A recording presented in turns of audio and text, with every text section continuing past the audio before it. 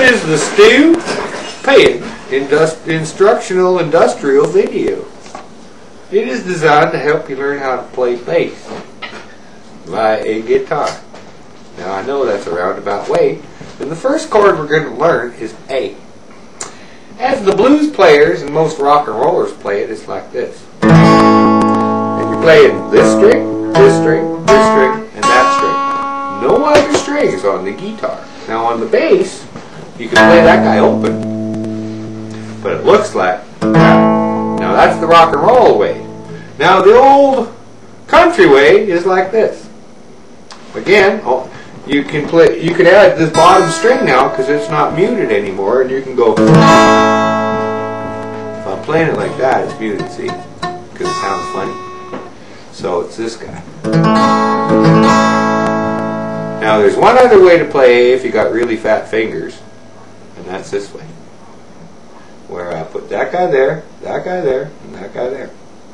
And I can play them all through. It's the same strings as doing, but I'm just switching my finger position around. So you gotta watch for guys with pudgy fingers. Right. So that is the A chord. Now I will also show you where it is as a bar chord, which is right here. That's at the 5th fret, and that is an A. Now there is another A as well, which I use, and Sandy seems to like when I play it, which is here, and it stems out of the D position. That's an A too. Now that is at the 9th fret. Now there's a couple more.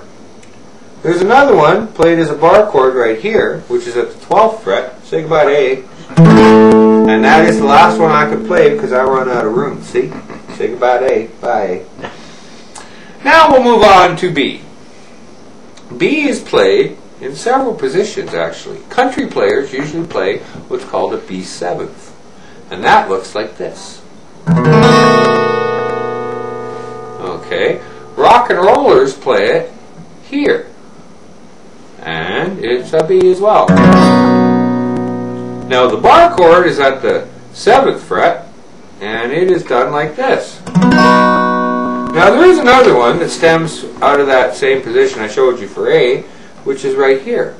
That's a B as well. Now the very last B would be right here. That's the 13th fret. Well, actually 14th fret. Right there. Now you can see I'm running out of guitar again, so goodbye, B.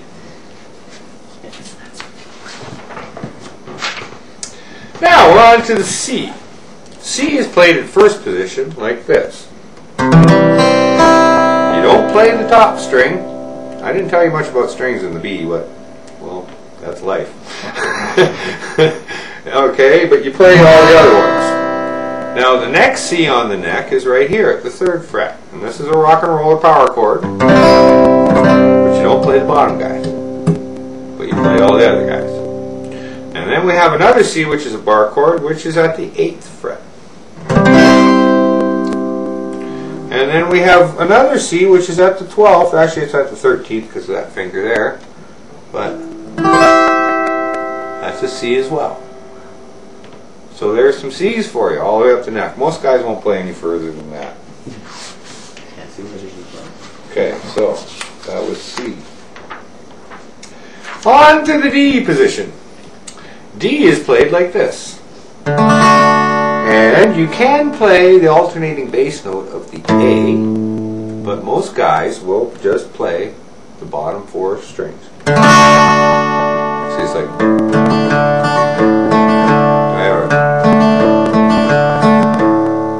Now that's the first D. Now there's another D, which is right here at the 5th fret. Again, rock and roller chord. Now, it's funny, I play some chords that are half chords, and I play a D like this up here. You'll see me do that. I play C too, right there. Same way. But anyway, this is D. Now the next D up the neck is right here as a bar chord. And that is at the 10th fret.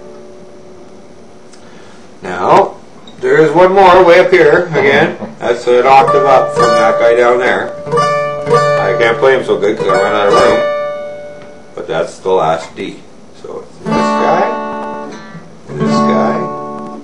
I use this guy, this guy. Now there are ninths and stuff through there, but I'm just showing you majors right now, okay? So that, now we're moving on to E. Now E is the most rudimentary chord of the guitar at the first position because the top string is tuned to E. And it's also where most of the bar chords I've showed you that are played like that stem out of. There's E. Now you move it up a step, you got F. But here's E. I'm going to show you one E. Here is another E. Now here's something you should know too is that the D position and the C position are related to each other. See? It's the same with down here. There's a D.